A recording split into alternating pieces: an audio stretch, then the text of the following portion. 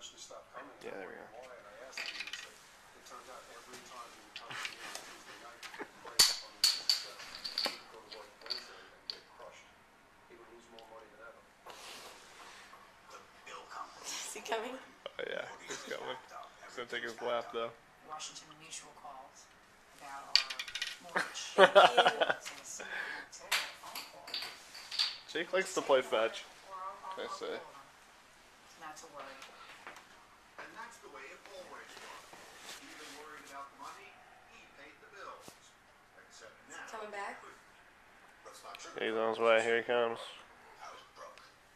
I went to my dad. I went to my sister. He's giving it to you. Oh, he gave me the cap. Okay.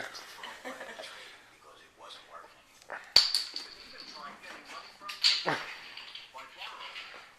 He got a job selling real estate and tried to start a donut business, but nothing was working.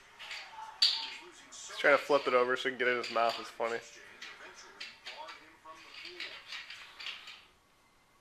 He went from walking on the floor with a badge as a trader to all of a sudden you're not allowed on the floor.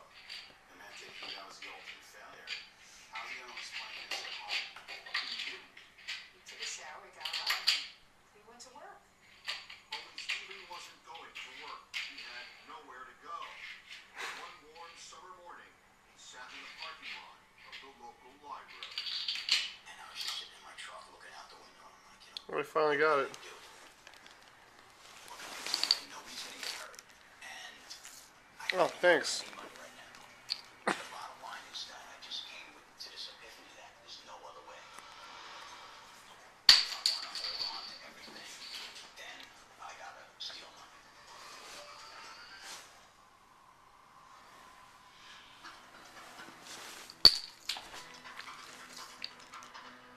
Thursday on TLC. It's not police! Across the street behind the building!